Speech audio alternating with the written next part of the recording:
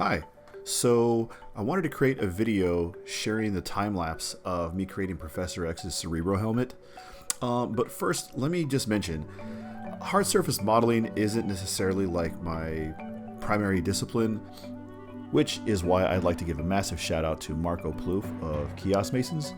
Watching and studying his work in hard surface modeling on his live streams has proven to be extremely beneficial for my methodology and my pipeline for doing hard surface modeling. If you're not familiar with his work as well, I will add a link to that.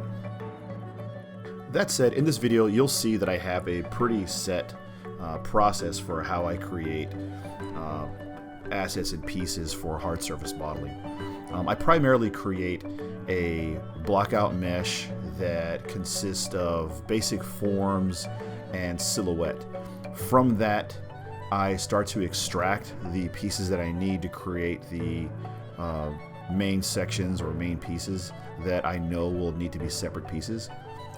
From those extracted pieces, I remesh, and once remeshed to a level of geometry that is easier to work with, I start to polygroup, and I create polygrouped edges and forms and shapes. I crease those polygroups and start to create the hard edges that I need for hard surface modeling. It's one thing I do love about this process is that it really helps map out a lot of the work for creating harsh edges that I might need to work with. And once I get to a certain level of subdivisions, then I can start adding some finite detail.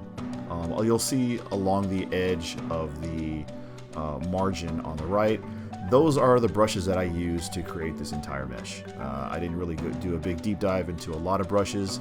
You know, I keep it pretty simple. I stick to my transpose. I do a lot of Z modeler, H polish to clean things up. You'll see this in the time lapse.